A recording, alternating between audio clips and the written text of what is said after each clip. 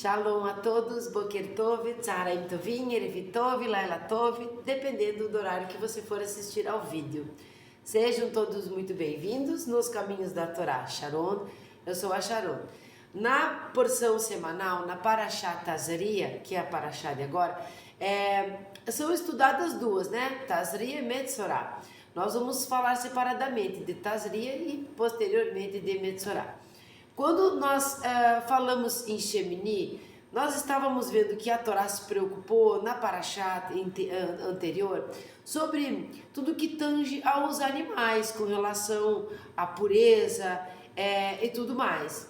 Agora nós vemos que ela se preocupa com a pureza com relação aos seres humanos, né? Aos seres humanos. Nós vamos ver aqui a mulher que dá à luz a uma menina, a mulher que dá à luz a um menino, o que acontece, como é que é o impedimento dela ir até o templo, o seu relacionamento com o seu cônjuge, todas essas coisas. Nós também vamos ver sobre o Brit Milá.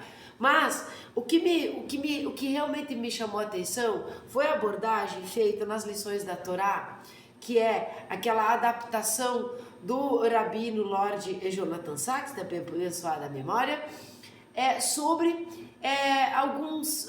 algumas cartas e também alguns discursos, né, como Likutei Sirot do Rebbe de Lubavitch, também da abençoada memória.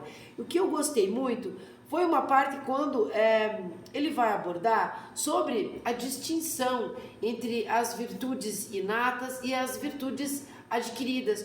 Isso foi o que mais me chamou a atenção, na verdade, né? Nós vamos ver ali nessa Parashá bastante sobre quantos dias a mulher está impura, quantos dias quando é uma menina, quando é um menino, né? E o Brit Milá, como nós falamos, a circuncisão. Mas essa parte da virtude adquirida, né? E da virtude inata, realmente é importante para nós trazermos para os dias de hoje, que essa é a nossa intenção, sempre ler, né? Sempre ser o apoio de um livro, não é nem um livro que é o meu apoio, eu é que apoio, né? Porque os livros são escritos por sábios, então não temos muito o que colocar ali, né? Meter o bedelho ou fazer aqueles achismos.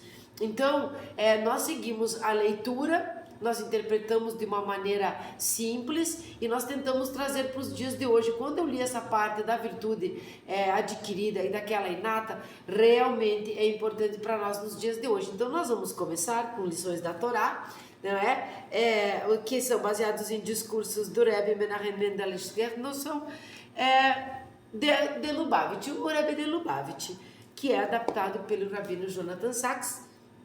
Então sejam todos bem-vindos à Tazria. Eu vou ler primeiro o que eu chamaria aqui, não é proeme, não é preâmbulo, que é o nome disso aqui, mas enfim, aquela introdução onde ele traz o que será, quais são as questões e o que será abordado ali na sua adaptação. Então ele traz o original e dali ele faz todo o seu trabalho. Esse de Tazria do dia de hoje, a fonte, vou dizer bem direitinho aqui para vocês, é o Likutei Sirot do Rebbe de Lubavitch, volume 7, página 74 a 79. Vamos ler, vamos entender aqui. A Parashá anterior, Shemini, continha as leis de asseio e pureza ritual no que tange a animais. Agora, esta semana se aplica os mesmos conceitos ao homem e à mulher. No Midrash, o Rav Smilai tece uma analogia entre o fato de os animais terem sido criados antes do homem e o fato de que uma legislação a respeito dos animais precedeu a que se refere ao homem. Qual o significado desta analogia? Então veja, já tem um ponto de interrogação aqui, né? Por que primeiro é falado dos animais? Os animais foram criados antes e por isso as leis então são para os animais primeiro? O que acontece aqui? Porque os homens depois, né? Os seres humanos. Foi o homem criado por último, por ser ele mais elevado ou inferior aos animais? Mais uma pergunta. Ao responder esta pergunta, A Parashá traça a conexão existente entre a opinião do Rav Similá e o seu caráter. E aqui está a importância. E examina uma importante distinção entre virtude inata e virtude adquirida. Aquela que nasce conosco e aquela que é desenvolvida por nós através do esforço, não é? Ou entre a excelência, que é herdada, e a que é auferida, não é? Trata-se de uma questão que tem afetado muitos pensadores. Quem é melhor? O homem que nasceu justo ou o homem que se tornou por si uma pessoa justa? A Parashat analisa em profundidade o papel que o esforço desempenha na vida religiosa. Olha só, nós estamos aqui num canal de viés judaico, viés religioso, quero dizer, judaico. Nós somos Bnei Noach, seguidores do judaísmo, sem sermos judeus, com total liberdade de expressão e de pensamento. Então, antes de começar a ler aqui, eu quero contar para vocês, ou lembrá-los, ou sei lá, não sei se sabe, se não sabe, alguma coisa sobre a filosofia grega, por exemplo, né? Então nós não vamos aqui dizer, os gregos sabiam fazer filosofia ou não, porque o nosso objetivo é judaico, mas quando nós falamos de grandes pensadores, nós também precisamos lembrar que o mundo inteiro pensa, não é? Dentro e fora do judaísmo. E nós temos dois pensadores muito importantes nessa parte ali, né? Nesse âmbito, né? Grego, desses pensadores, né? Um é francês, enfim, né? Um é italiano, né? Esse pessoal da Europa. Nós temos Maquiavel e nós temos Jean-Jacques Rousseau. Rousseau foi um pensador que imaginava, essas pessoas são cristãs, tá? Não tem nada a ver com a religião, para nós entendermos que essas questões, as questões existenciais, as questões do mundo, as questões do ser humano, elas são abordadas desde sempre por todas as raças, todos os credos, todos os quatro cantos do mundo, não é? Talvez até do universo, né? De repente os extraterrestres também ficam ali estudando, não sei, tem uma yeshiva. Rousseau imaginava que o homem, não é, nascia bom, ele nascia bom, e uma criança boa, e quando ele crescia e era introduzido na sociedade, ali ele se corrompia, ali havia a grande corrupção. Então o homem nasce bom e a sociedade o corrompe. Maquiavel, por seu outra visão, ele imaginava, ele trabalhava em cima da ideia de que o homem nasce mal, né? Que o homem nasce mal, que ele nasce não exatamente mal, mas suscetível a tudo, vulnerável, tanto para o bem quanto para o mal, mas uma tendência maior para o mal. E que ele é que pode construir isso, ele é que pode modificar isso, não é? Com o seu esforço ou não.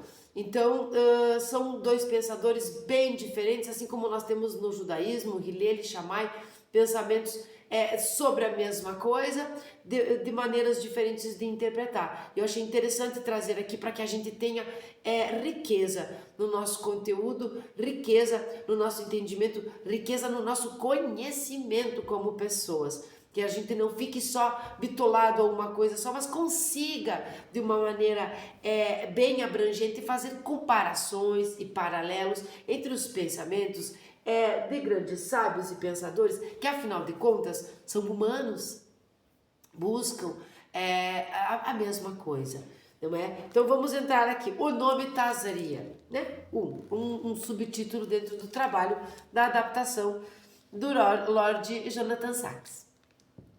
Como já vimos antes, ele vai, né, esse antes aqui é quando ele fala aqui da parte supra, que nós lemos antes, não é? Os nomes das parashiot não são meros rótulos para diferenciar uma da outra. Nós sabemos que tudo em hebraico tem um significado e uma significância. A gente já falou, né, sobre isso. Cada nome em hebraico, a língua sagrada, é o indicativo da natureza daquilo que recebe o nome. Da natureza daquilo que recebe o nome. Os nomes das parashiot nos dizem sobre o seu conteúdo essencial. Assim, podemos encontrar diversas parashiot que não são denominadas por suas palavras iniciais. O primeiro pause da manhã. Bom, os nomes das parashiot nos dizem sobre o seu conteúdo essencial. Assim podemos encontrar diversas, como eu já tinha lido, né? Que denominadas por suas palavras iniciais, como normalmente ocorre, mas por alguma palavra que aparece depois e que expressa o tema mais perfeitamente. Então ele vai dizer aqui, geralmente é aquela primeira palavra, mas nem sempre. Este é o caso de Tazaria. Um exemplo disso acontece na Parashat desta semana. Depois da introdução geral, né, e falou o Eterno a Moshe dizendo, né, nós sabemos, a primeira palavra é mulher, não é? A primeira palavra que vem depois é Ishá. Mulher quando conceber e der à luz um varão, tarará, tarará, não é? E ainda assim, nos dias de hoje, não denominamos a Parashat pelo nome Ishá, mas sim Tazria, que Tazria é dar à luz, não é? Então não vai mudar isso aí. A Parashat sempre vai se chamar assim, não é? Tazria, dar à luz e não Ishá, mulher.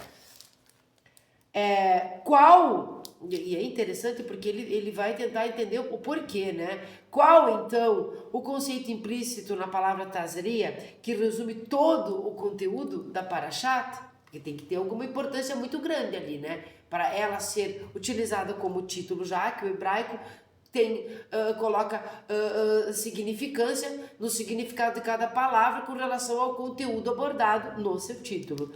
Há também outro problema apresentado pelo comentário do Rashi sobre as palavras a mulher quando conceber.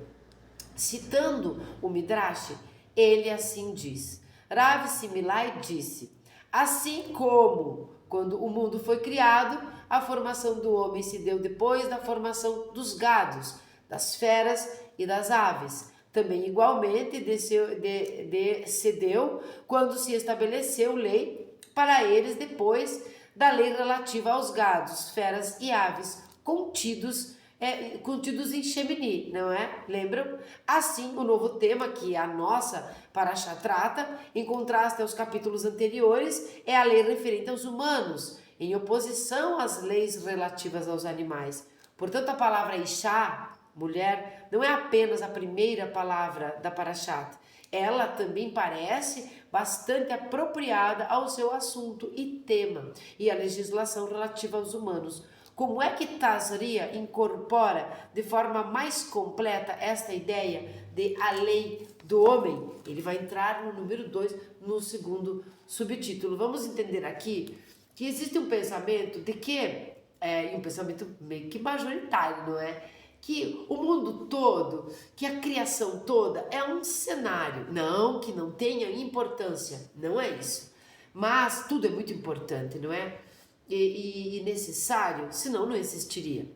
Mas nós entendemos que o homem, nesse pensamento majoritário, que o homem é a obra final neste ciclo, neste momento material, né? Nesse momento físico, a fisicalidade, que o homem é a obra final de Hashem, a obra final de Deus. Então tudo que está aqui está para o nosso, não só o nosso usufruto, não é para você sair destruindo as coisas, não é a natureza e tudo mais, é para o nosso usufruto, é para o nosso crescimento, é para o nosso entendimento de como usufruir e como elevar as coisas que não parecem tão elevadas. Então nós somos a obra final, é como quando você arruma lá em casa, toda a casinha da boneca, começa a arrumar as coisinhas, monta tudo, né, caminha e tudo mais, e depois você coloca as Barbies dentro. Então, porque é para elas isso tudo, não é? Esse é um entendimento bem importante que nós coloquemos na nossa cabeça em Tazria aqui. Vou fazer a benção da água. Baruch atah Adonai Eloheinu melech haolam, shekol niheh bidvaro.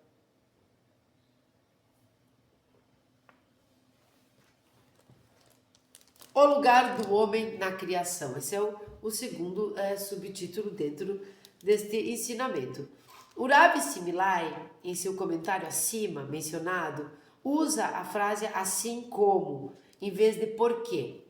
Assim como. Eu vou repetir a frase para você relembrar. Então, o Rav Similai disse, assim como quando o mundo foi criado, a formação do homem se deu, assim como. Não é? Então, nesse segundo subtítulo, está escrito, ele menciona na frase, assim como em vez de porquê. Então, assim como foi criado em vez de porque foi criado, né? Em outras palavras, a lei do homem vem depois da dos animais. Não porque foi criado por último, e aqui entra porque ele disse assim como, não é? Mas pela mesma razão que foi criado por último. Então vamos entender novamente. A lei do homem vem depois da lei dos animais. Não porque foi criado por último. A lei não veio depois. Né? Tazaria não veio depois de Shemini só por conta de que ele foi criado por último. Mas pela mesma razão que ele foi criado por último. Este seria aquele o porquê com acento, sabe? O porquê. A mesma razão dele ser criado por último. É a mesma razão dele estar aqui na legislação por último. Mas que razão é esta? Ele pergunta. Diversas respostas são dadas no Midrash e no Talmud também. Uma delas é, para o caso de a mente do homem se tornar demasiado orgulhosa, ele possa ser lembrado que até mesmo os insetos o precederam na ordem da criação. Uma importância aqui. Entender a utilidade, entender realmente a utilidade ou porquê de todas as coisas existirem, né? Então o ínfimo inseto veio antes. Alternativamente, para que os hereges não consigam dizer que o Santíssimo, bendito seja, teve um parceiro, qual seja Adão na criação. O homem foi criado, por último, para que pudesse entrar imediatamente na realização de um preceito, de um mandamento. Ele foi criado na sexta-feira, nem tem feira lá, né? Mas a gente utiliza. Na sexta-feira, para que pudesse imediatamente santificar o Shabat. Ele foi criado no sexto dia, para que ele pudesse santificar o Shabat. Se ele não tivesse sido criado na sexta-feira, ou se ele tivesse sido criado no Shabat, não haveria o porquê aqui, não é? Porque ele vai santificar o Shabat, é o homem que faz isso. Por fim, isso aconteceu para que ele pudesse entrar no banquete de imediato, ou seja, a natureza inteira estava pronta para o seu uso. Sabe, a noiva, quando ela vai se casar e a cerimônia, vamos pensar numa cerimônia judaica bem linda, todo mundo está lá já. Não interessa nem onde é que é a cerimônia, a noiva sempre chega por último, mas a noiva, ela chega quando tudo está pronto, quando tudo está arrumado, os padrinhos ali, né, os padrinhos que chamam o rabino que vai fazer a cerimônia, as pessoas, o lugar, a roupa e tudo mais. No momento do banquete, após o casamento, também é ela que chega por último, tudo está preparado, a noiva nada faz ali, ela simplesmente recebe. Então, é como se Deus deixasse todo o banquete pronto, todas as coisas arrumadas para receber a sua obra final, o ser humano. Você pode achar que isso é orgulhoso ou achar que isso é muito metafórico, ou talvez muito egoísta, eu não sei, do homem se colocar numa situação de maioridade, não, de ser melhor do que o restante da criação, mas é uma condição, uma analogia, uma visão muito amorosa, muito bonita, muito salutar para nós, muito positiva, nos mantém na obrigação de estarmos bem vestidos ali. Isto também é uma metáfora, não é? Porém, os comentaristas notaram que todas essas razões, porquanto se aplicam ao homem sendo o último na criação, não explicam porque ele é o último na legislação. Isso não explica porque ele é o último na criação. Então Deus criou tudo e depois ele criou o homem para colocar o homem nisso que está pronto, que nós falamos antes, mas na legislação, por que é que vem depois? Então isso não explica essa parte, não é? Qual o significado da analogia, assim como, conforme formulada pelo Rav Similai? Mais uma pergunta, são sempre muitas perguntas e respostas. O Alter Rebbe maravilhoso do Tânia, em seu livro Tânia, explicou que em um sentido o homem é mais inferior do que todas as demais criaturas, mesmo do que os animais que são impuros, inferior até aos insetos, como naquilo que nós falamos anteriormente, para que o homem então veja, até o inseto veio antes. Tudo bem.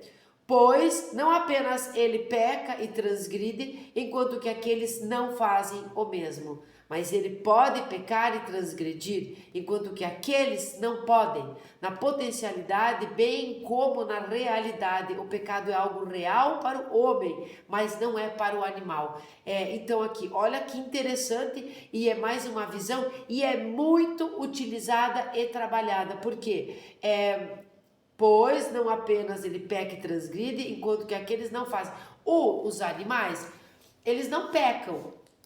Existe algum entendimento que possa ter algum tipo de consciência um pouco inferior ao tipo de consciência do ser humano, O livre-arbítrio está nesta auto-reconhecimento de si mesmo, nessa transmissão de Deus para o homem, o livre-arbítrio. Não só se ele deve ou não usá-lo, mas como utilizar esse livre-arbítrio. Isso dá para nós a possibilidade do pecado, a possibilidade de transgredir, não é? E a possibilidade de corrigir isto também. Os animais, essa consciência, nós vamos chamar de consciência para não ferir os animais. Essa consciência dos animais, ela visa a procriação, ela visa o se alimentar, não é? Ela visa o instinto. O instinto é pseudoconsciência. Diferentemente do homem, não há um livre-arbítrio aqui. O animal sente a fome e cumpre a sua busca, vai lá e se alimenta. E assim por diante com as outras coisas também. Há um instinto aqui. Às vezes a gente pensa que o animalzinho ama a gente. Na verdade, ele ama mesmo, mas é um pouco diferente do que nós. Não nos cabe aqui explicar esse tipo de coisa, mas às vezes eu vou dar um exemplo aqui. Eu vou ter que dar um exemplo lá de casa. Eu tenho uma gatinha, eu não tenho ela porque ela simplesmente mora lá. Mas gatos são assim. Você compra um negócio lá, um arranhador, um lugarzinho para ele ficar, para ele quentinho e tudo mais, coloca lá e diz Marie, que é o nome dela. Marie, olha só o que nós compramos para você ficar aqui. Ela não vai. Ela vai lá naquele outro lugar que ela escolheu. Porque eu já fiz muitos testes. Ela realmente escolhe. Ela realmente fica um pouco recalcada quando a gente não dá comida na hora que ela quer. A gente percebe que não são seres completamente ignorantes de uma consciência ali. Só que eles não reconhecem esta consciência. Então aquela escolha que é feita, eu quero ficar aqui e não quero ficar lá. Eu quero arranhar no sofá e não quero arranhar a cama. E não adianta me colocar ali porque eu saio. E quando você não está olhando, ainda ela vai naquele lugar que você convidou. Incrível, não é? Mas ela não tem um reconhecimento dessa consciência. Nós não enxergamos isso, não é? Então isso nos difere muito dos animais, além da coisa mais importante que é o poder, o dom, como a gente fala, ou o potencial da fala. Bom, então o Alter Rebbe, já expliquei. Terceiro subtítulo, a ordem do estudo. A ordem normal a ser adotada no estudo da Torá é a de progredir indo do simples ao complexo, do leve ao pesado. Isso se aplica àquilo que está sendo estudado. Uma criança com 5 anos de idade começa com o Rumash, Depois, aos 10 anos, ela vai a Mishnah e assim por diante. E isso também se aplica à profundidade do aprendizado. Primeiro vem a familiarização com o texto e somente depois vem as perguntas, a dialética e o estudo aprofundado. Olha só que legal, se todo mundo que estuda o judaísmo, a Torá, até outras coisas, fizesse assim, não é mesmo? Primeiro nós enchemos a nossa barriga de Torá, não é? Primeiro nós ficamos, se encha de pão e carne, mas encha a sua barriga, esteja com a barriga cheia de Torá, para depois você ir buscar coisas mais profundas, para que você não erre. E você, e eu, e todos nós, muito certamente vamos errar, se é que já não erramos, se não fizermos dessa maneira. Compreenda bem a Torá, vá devagarzinho. Chegue no Midrash, vai indo aos poucos, até você chegar num lugar mais profundo, que é tão deslumbrante, tão visado, tão procurado pelas pessoas, que é o entendimento cabalístico. Bom, E também se aplica a maneira de aprender, tá? Você não alcança de uma vez o nível mais elevado de estudo da Torá por causa só dela, tal como David, que elevou a origem da Torá nas alturas e a uniu à essência de Deus. Ao invés, quando a pessoa estuda, né? Ela o faz primordialmente tendo a si mesma em mente. Vamos tomar mais uma água.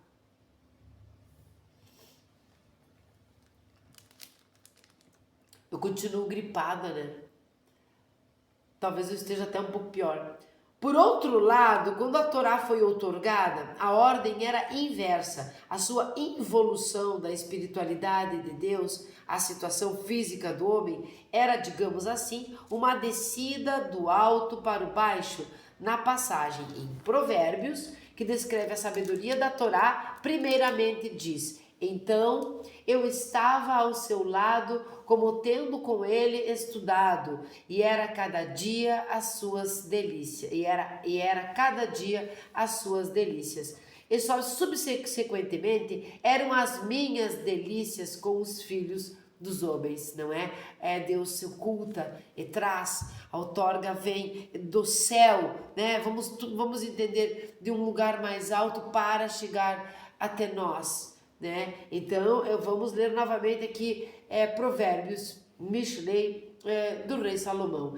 Então eu estava ao seu lado, como tendo com ele estudado, e era cada dia as suas delícias, e só subsequentemente eram as minhas delícias com os filhos dos homens. A Torá chegou cá embaixo, vinda das alturas de Deus, para se tornar posse do homem. E nós, em nosso estudo, retraçamos o seu caminho, ascendendo de nossa situação física à proximidade espiritual com Deus. Quando ele diz, a Torá chegou cá embaixo, vinda das alturas, para se tornar posse do homem, onde nos coloca, é um lugar onde me deixa feliz de ler e compreender que a Torá não tem razão de ser, a Torá não tem razão de existir, a Torá não é nada e não seria nada se nós não existíssemos. A Torá é um presente de Hashem para nós. Sem o ser humano, a Torá não tem por que existir. A Torá seria inútil, entende? Então aqui nós nos sentimos um pouco mais importantes do que simplesmente os insetos só porque vieram antes, ou qualquer outro tipo de animal ou planta, ou seja lá o que Deus tenha criado, todas as coisas antes de nós. A Torá, a sua lei, a sua descida cá embaixo, como ele diz, das alturas, é para nós, não é para os animais. A não ser que os animais tenham uma Torá e a gente não saiba, né? E tenha lá com a linguagem de animais, não existe, não é mesmo? Então, foi para nós, nós somos a obra final neste ciclo de fisicalidade. Esta ordem de estudo é espelhada na estrutura da própria Torá. Eis porque as leis relativas aos animais são colocadas primeiro. Santificar o mundo animal, distinguindo o impuro do puro, é algo relativamente simples. o problema do pecado não surge no caso deles, né? Do impuro e do puro, com relação aos animais. Mas para o homem se santificar a si próprio, dado a sua capacidade de fazer errado, porque temos a capacidade de fazer errado e de fazer certo, né? É bem mais difícil. Por isso, as leis relativas à conduta humana vieram por último. Olha que lindo.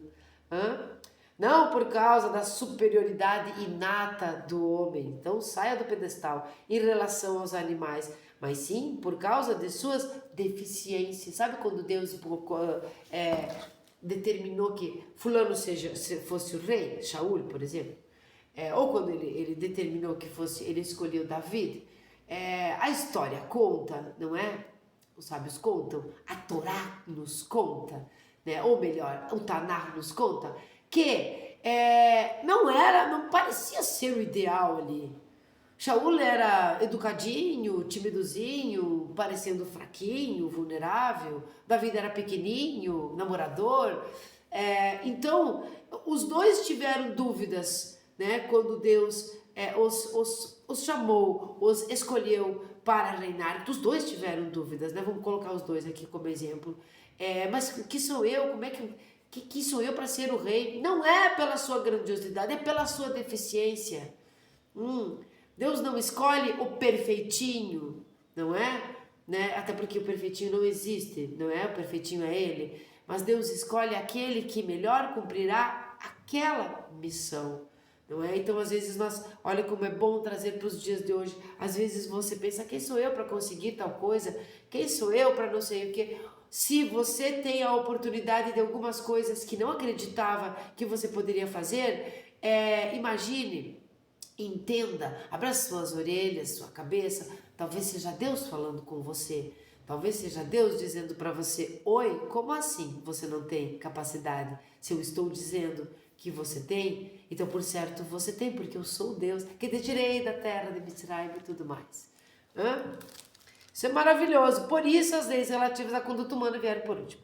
Esta também é a opinião do Rav Similai quanto ao porquê o homem foi criado por último, para que se ele se tornar demasiado orgulhoso, ele possa ser lembrado de que os insetos o precederam na ordem da criação. Então, olha só, você não dispensa nada, nem o pensamento, não dispensa nenhuma interpretação, né? Não dispensa da Torá, não dos sábios, não dispensa nenhum acontecimento, não dispensa nenhuma atitude, a que vem antes, a que vem depois de Hashem. Não dispensa nunca nada, nós juntamos tudo e tentamos entender. Então, neste momento, no caso do homem se tornar um ser orgulhoso, demasiadamente orgulhoso, que ele se lembre, né, que o inseto foi criado antes dele. Entenda que tudo na criação tem uma importância e é uma grande importância. Né? É uma faca de dois legumes. Tu é o mais importante, mas também tu não é tão mais importante assim que não possa lembrar que os insetos vieram antes. Entende? Quando a gente olha para o universo, quando a gente vê aquelas comparações dos planetas e nós vimos ali o nosso pálido ponto azul, como diz Carl Sagan, nós vemos ali a Terra tão pequenininha, para que nós possamos, quando a gente coloca a comparação, é importante de nós de vez em quando fazermos isso e entendermos que assim é o homem, nós somos uma formiguinha, mas também somos bem grandes, porque somos a obra amada e final de Deus na fisicalidade do planeta Terra. Quarto subtítulo era o Rav Similai, o homem e as suas opiniões. Que dá até medo, né? Porque eu sou uma pessoa cheia de opiniões. Podemos agora ver a conexão entre o comentário de Rav Similai, de que assim como o homem foi criado por último, também a sua legislação veio por último na Torá. E o caráter do próprio Rav Similai. Uma virtude pode ser possuída de duas maneiras. Aqui foi o que me chamou muito a atenção nessa abordagem das lições da Torá. Ela pode ser obtida pelo esforço ou ela pode ser inata ou fortuita. Cada uma tem as suas vantagens. Uma virtude inata ou gratuita, né? Sem que para obtê-la tivesse que trabalhar, por exemplo, como uma herança, né? Não tem limites naturais, ela vem daquela maneira, não é? É como a diferença entre talento e experiência ou perícia. Um talento inato pode ser ilimitado. A perícia ou a experiência, que é aqui ele quis dizer perícia, experiência, prática, né? Esforço em praticar aquilo dolorosamente adquirida, não é? Jamais poderá se igualar a ela, mas em sua intimidade, a virtude alcançada pelo esforço ultrapassa a virtude que é inata. Sabe aquela pessoa que começa, aquela pessoa que toca um instrumento, a pessoa nasce, de repente é uma criancinha pequena e já começa a tocar instrumento e toca muito bem, né? E você não toca nada. Você olha e diz, como assim? Começou ontem, eu já toco há não sei quanto tempo. De repente, você tem aquilo e vê que é inato da pessoa, mas aí você se esforça. Você se esforça, se esforça, se esforça e de repente, por que não? Dependendo da sua experiência, da sua prática, do seu esforço, você vem a tocar como ou melhor do que ela mesma. Então esse é o nosso esforço. Que valor tem isso? Hein? Que valor tem? A pessoa está sempre mais proximamente envolvida com o que ela tenha obtido do que com aquilo que ela tenha recebido. E aqui nós vamos pensar nas mulheres fáceis, nos homens fáceis, nas conquistas fáceis, nas heranças, por exemplo, nas heranças físicas mesmo, né? Heranças, terra, imóveis, matéria, enfim. Não é uma regra, não é uma regra. Você pode sim herdar e cuidar muito bem do que herdou e continuar isso, mas existem as exceções, elas, na verdade, eu não sei, não quero chamar de regras, mas a maioria não valoriza, como se quando você se esforça para ter aquilo. Então, quando nós nos esforçamos nas preces, nas mitzvot, no estudo, nós esforçamos para estar presentes no momento do estudo, nós nos esforçamos para estar presentes na família, para estarmos presentes e cumprindo o Shabat. Todas essas coisas são esforços, são virtudes adquiridas, que podem trabalhar uma virtude adquirida, não é?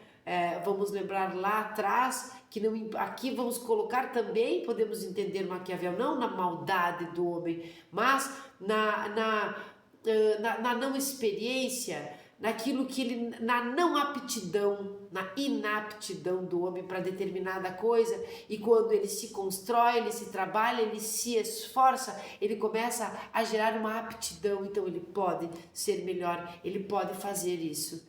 Então essa distinção quanto à virtude inata e à virtude adquirida me chamou muito a atenção, e essa é a parte, uma das quais nós mais podemos trazer nos dias de hoje. Não se apavore, não se entregue, porque está sendo difícil algumas conquistas, né? A gente sabe que isso acaba quando termina, né? Ou porque do seu lado alguém tem uma virtude inata, sabe tocar aquele instrumento muito melhor do que você, tem mais recursos financeiros do que você. Vamos dar qualquer exemplo aqui. Herdou muitas coisas enquanto você tem que ralar, trabalhar e tudo mais. Nunca se esqueça que esse esforço não só vai ser recompensado, como quando você chegar do meio para o fim, ou no começo mesmo, quando você estiver trabalhando muito, você já vai estar apto. Aquilo que antes na sua cabeça, só uma pessoa que tinha inato poderia ter, né? Não vamos nos entregar jamais. Bom, nas capacidades inatas, ele é o mais elevado, desde o nascimento, antes de ter começado a servir a Deus. Ele não obstante, ele está falando aqui, eu vou ler a parte de cima antes porque ficou perdido, né? Fiquei dando adendo. Esta distinção fundamenta as duas explicações contrastantes no lugar do homem como a última das obras da criação. A primeira, de que ele é o mais elevado, e a segunda, de que ele é o mais inferior entre as criaturas, né? As duas aqui, o paradoxo.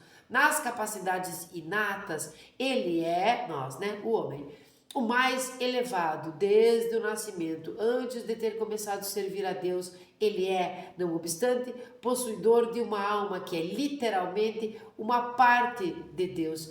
Deus pensou primeiro. Não sei se vocês já pensaram assim. Deus pensou o homem. Não que ele não tenha pensado as outras coisas, mas ele pensou. Nós já éramos antes de ser, não é mesmo?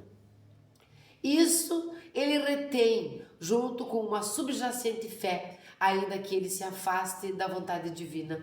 Mas naquelas virtudes que ele adquire através do esforço do serviço, no início ele não é melhor do que o restante da criação, não consegue tocar nada, não consegue fazer nada, não ganha seu sustento e tudo mais, né? Vamos entender nos dias de hoje. Na verdade, o que é mais prontamente aparente é a sua natureza física, a sua ausência de restrições, a sua capacidade de pecar e de transgredir. É o que ele mais tem aqui. Os poderes da alma ainda estão ocultados.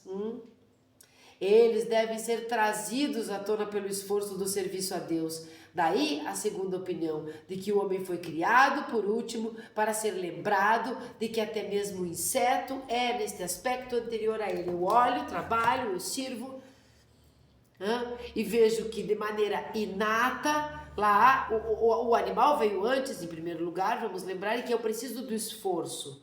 E que se eu parar com isso, se eu parar com este esforço, eu paro de crescer, eu paro de produzir, eu paro de evoluir, eu paro de me elevar.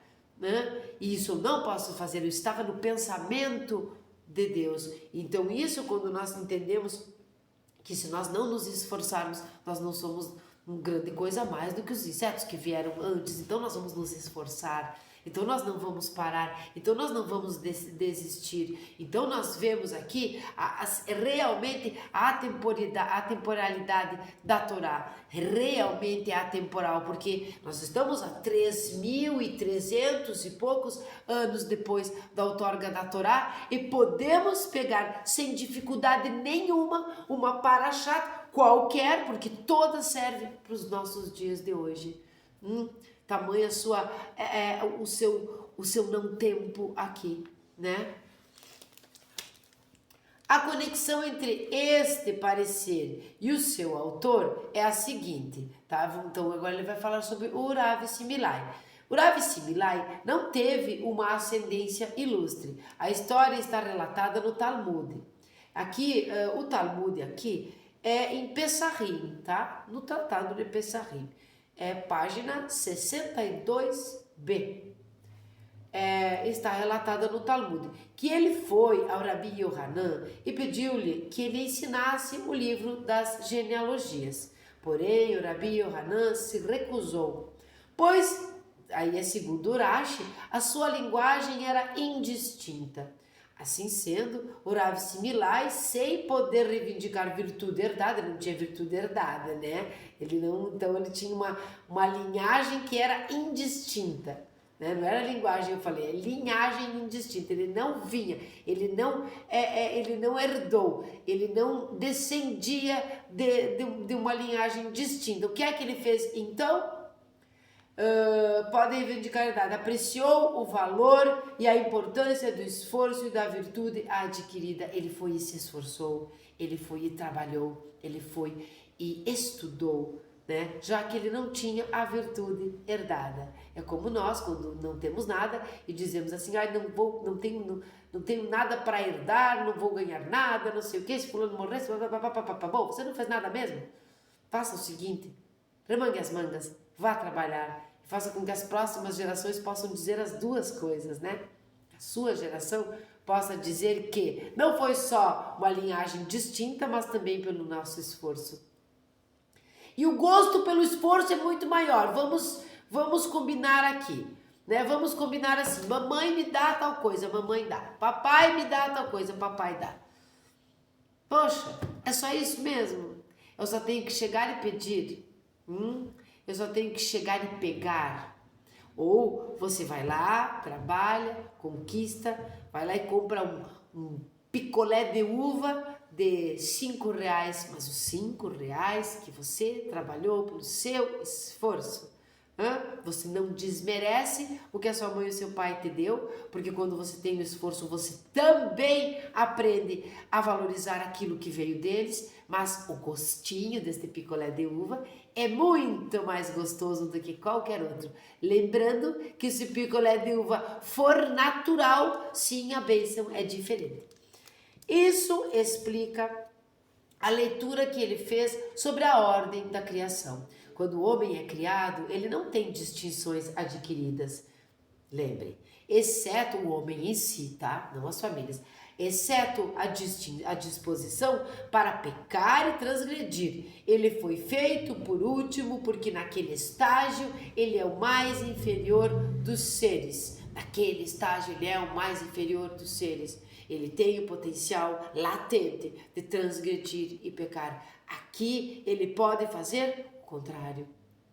Aqui ele começa o seu trabalho, porque não tem esta virtude herdada. E sim, a única é de transgredir e pecar. Porém, tudo que pode ser transgredido e haver um erro ali, um pecado, um errar o alvo, também pode haver um acerto.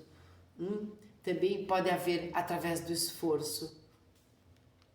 Isso também explica porque a lei humana deve se chamar Tazria, que é dar à luz. Olha, agora eu quero lembrar de uma coisa aqui antes. Sabe quando eu estava vendo um psicólogo judeu falando sobre, ele começa falando assim, você está cansado, você está achando que é tudo uma rotina, você está achando que seu relacionamento não está bom, está tudo um marasmo, então Tazria para você, dê a luz ao seu relacionamento. Não é mudar de relacionamento, né?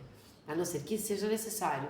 Não é isso. E ele dá de exemplo aquele fato da impureza, puxa Tazria novamente, a parte da impureza e da pureza familiar, né? O ritual ali, a observância da pureza familiar, onde marido e mulher não se tocam, nem ele nela, nem ela nele, enquanto há aquele período menstrual e tudo mais.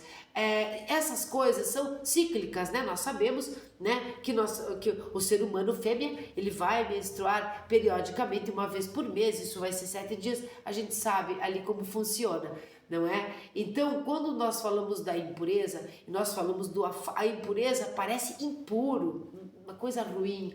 Nós vemos o afastamento faz com que você, que não pode pegar aquilo, que não pode tocar aquilo, ter vontade, olhar para a pessoa sem a parte física, não é? Então agora nós não vamos ter um relacionamento íntimo por conta disso. Então você olha para o seu cônjuge, você olha para a sua esposa de forma diferente, vê a cada dia nela coisas que você talvez não veja quando está tendo relacionamentos íntimos com o seu cônjuge. Isso serve para a mulher e serve para o homem encontrar, sabe, toque, encontrar alguma coisa ali que não seja só física, né? Conhecer a pessoa, reconhecer a pessoa, sentar juntos, olhar as estrelas, aqui no Rio Grande do Sul, tomar um chimarrão juntos, bater um papo, conversar, passear, se conhecer, sem se tocar, sem ter o relacionamento íntimo. Então, o psicólogo judeu neste momento disse que isto é dar a luz, Tazria, dar a luz ao seu relacionamento, mantê-lo realmente no lugar onde deve estar, que é num lugar, num patamar, num altar de santidade. Eu achei isso tão legal, mas tão legal. Bom, pois o processo que vai da concepção ao nascimento é um símbolo de esforço, de trazer a fruição, em outras palavras, de trabalho em ambos os seus sentidos. Há mais um simbolismo adicional na frase a mulher quando conceber e der à luz. Os elementos macho e fêmea na procriação representam respectivamente o despertar espiritual das alturas, a iniciativa divina, e de baixo a iniciativa humana. Lembram daquela história do fogo? Nós falamos do fogo contínuo e das coisas que acontecem. Primeiro vem de cima. Como é que vai vir de cima se não há um fogo contínuo lá embaixo? Então há uma conexão aqui. Vou repetir aqui esta parte. O despertar espiritual das alturas, a iniciativa divina é o despertar nas alturas. E a de baixo, a iniciativa humana. E serviço, esforço, luta são as formas que a iniciativa humana toma. 1 e 2. E auxiliar de limpeza. Não perca esta oportunidade. Olha só, oportunidade de emprego, passando carro de propaganda, auxiliar de limpeza e outras coisas. Veja que oportunidade. Veja que oportunidade para aquela pessoa que não herdou nada, para aquela pessoa que vai precisar sim trabalhar, adquirir pelo seu esforço, acaba de passar um carro na rua oferecendo uma oportunidade de uma pessoa realmente se esforçar para adquirir. Aqui fisicamente, né? Mas quando nós falamos no esforço aqui, em tazeria, em dar à luz, é um pouco mais, não é? Do que isso. É você realmente estudar aquela partitura até não poder mais. Estudar sem parar e tocar tão bem quanto aquela pessoa que herdou este talento. Isso é uma metáfora.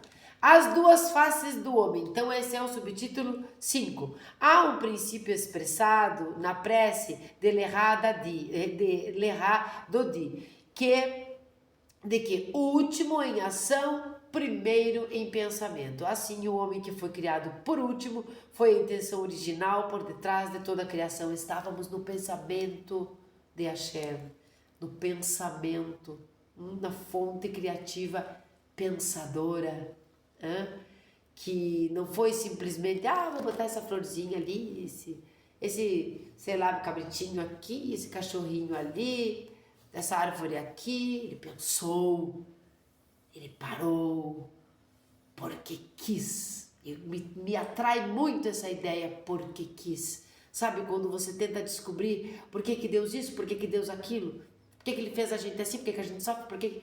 Todas as perguntas, porque Ele é Deus.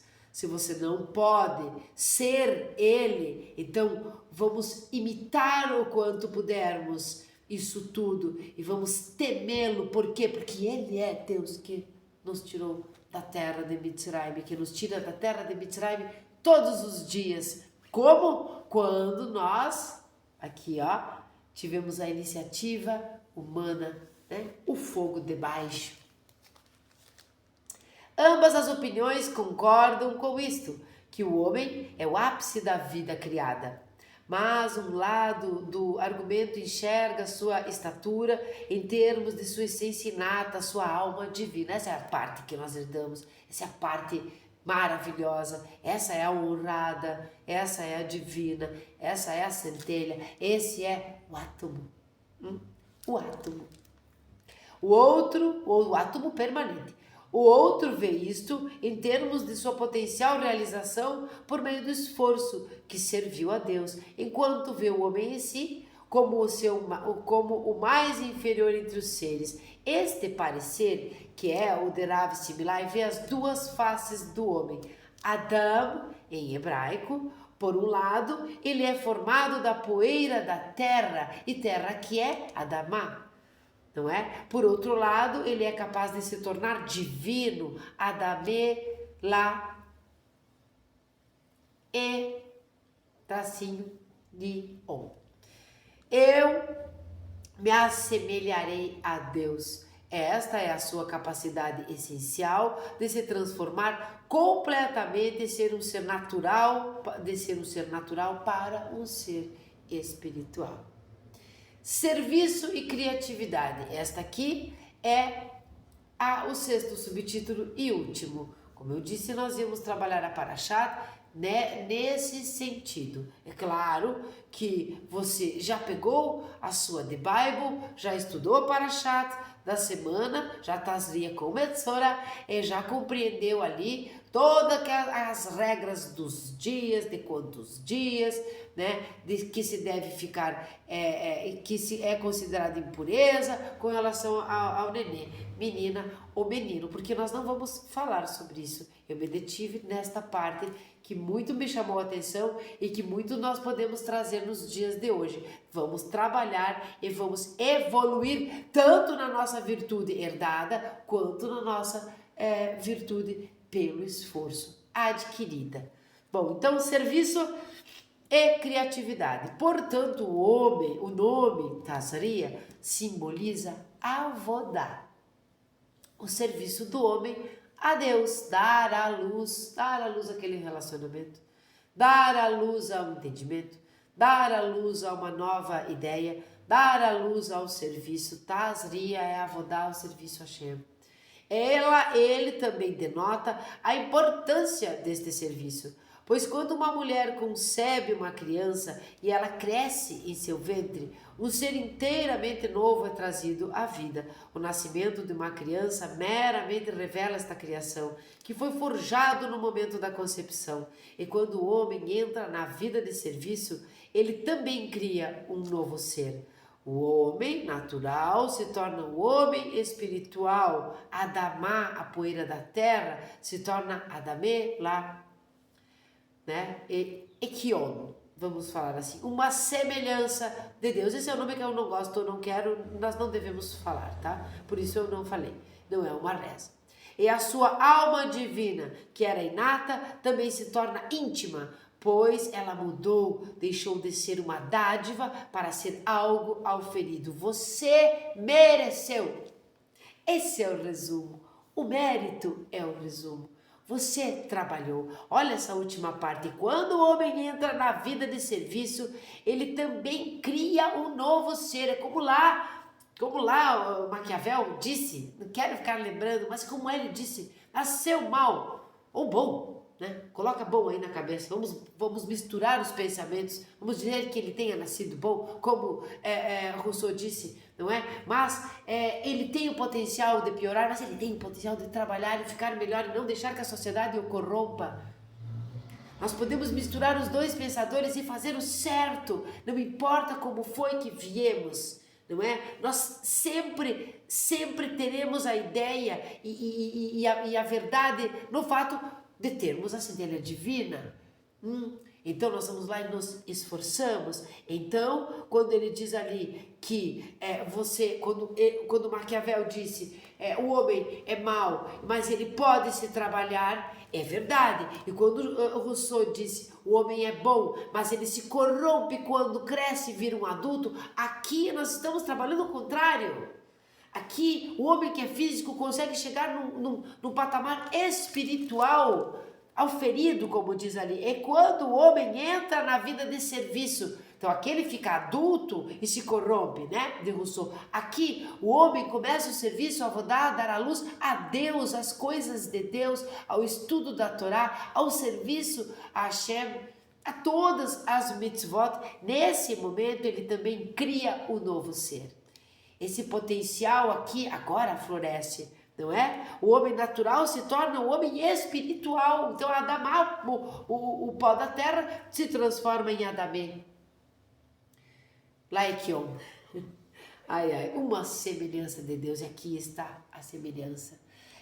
Esse foi Tazria. E nós vamos fazer Metzora logo em seguida. Não fiquem tranquilos, não vamos demorar. E vai ser muito importante, principalmente para você que me acompanha, no nosso trabalho de não fazer Lashonará e fazer Shmirat Lashon.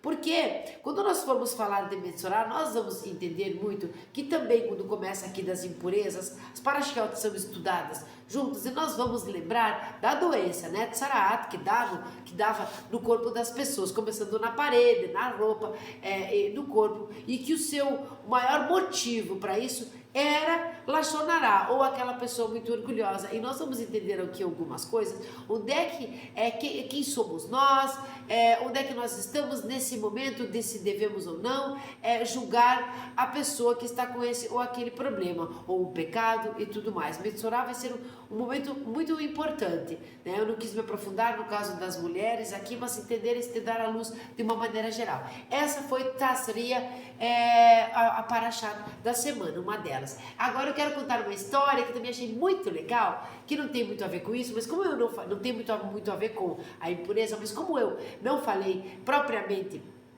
do Brit Milá, eu quero contar uma história para vocês. Talvez seja conhecida de alguns, talvez não seja. Tudo que existe na Torá, deixa eu beber uma água. Tudo que existe na Torá que nos parece assim muito literal, não consigo entender e tudo mais, porque é literal, isso aqui é meio absurdo. Se você ler literalmente, vai te parecer muito absurdo mesmo, porque vai ser muito absurdo, tem coisas muito absurdas, não é? E nós entendemos que não existe nada na Torá que não tem todas aquelas interpretações. Então, quando Deus se oculta, ou melhor, quando Deus oculta a sua luz, ele não sai daqui. Não é? Ele está em todos os lugares. Isto não é panteísmo, isto é uma maneira de nós explicarmos que se nós estamos dentro dele, é muito óbvio que tudo é ele, não é? Aquilo que nós percebemos e o que nós não percebemos. Então ele oculta a sua luz e tal, e vai chegando por aqui, vai, né, fazendo as coisinhas aqui conosco e tudo mais, precisando deixar o seu carimbo. Não é? O seu carimbo, Deus carimba nas suas obras, nas suas coisas, não o seu nome, porque ele não é orgulhoso.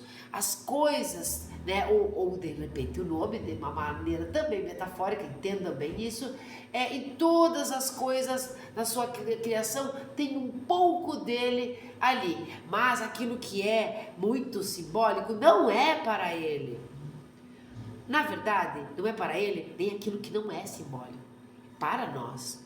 Então, para ele tecer esse universo todo, chegar aqui embaixo para que esse ser que ele fez o banquete para colocar nós dentro, esse cenário todo para ter a sua obra final, ele sabe, né? Olha, ele é complicado, né? Não é um homem, gente, pelo amor de Deus. Essa inteligência precisou fisicalizar, precisou imprimir no ser físico lembranças, imprimir simbolismo para que a gente compreenda coisas no físico que têm importância espiritualmente. Então ele vai dizer: eu amo vocês, mas ele não ama, deixa de amar. Né? E como eu amo vocês, eu vou dar essas coisas. Aí vem o físico. Então nós temos a contrapartida. A história é a seguinte: quando vocês se colocarem você numa saia justa, porque é um benenor, ou porque é o judeu não precisa, mas não é porque ele sabe o que dizer, mas é um benenor, é uma pessoa que segue e tudo mais. Mas e esse absurdo do Brit Milá? Para que serve? O tzitzit já te perguntaram, já encheram o seu saco perguntando disso, daquilo, foto, tudo mais, já perguntaram de todos os tipos de coisas. Mas o Brit Milá, como que você pega uma criança com 8 dias de idade que não sabe o que está acontecendo e faz isso? Então tem uma história do rei David que é o seguinte: o rei David foi no mikve, né? O rei David foi no mikve se purificar, ficou desnudo, ficou sem roupas, e quando ele era muito devoto. Nós sabemos que o rei David, né, de abençoadíssima memória, o rei David, ele era muito devoto, um homem realmente de Deus.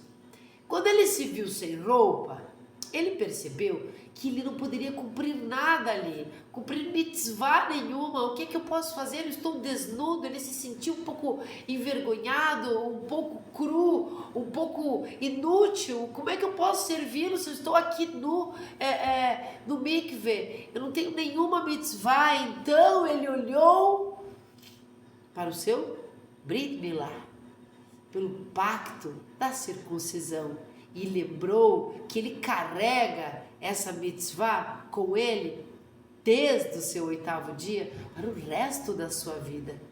Entende? Então ele entendeu que ele estava desnudo, ele não podia fazer algumas mitzvot, mas que Deus deixou, Deus imprimiu nele e em todos os meninos a mitzvah permanente da circuncisão. Então, se alguém te perguntava, encher o seu saco, você diz: carrega nele para que nunca, nunca, nunca esqueça que esta foi a primeira mitzvah, não é?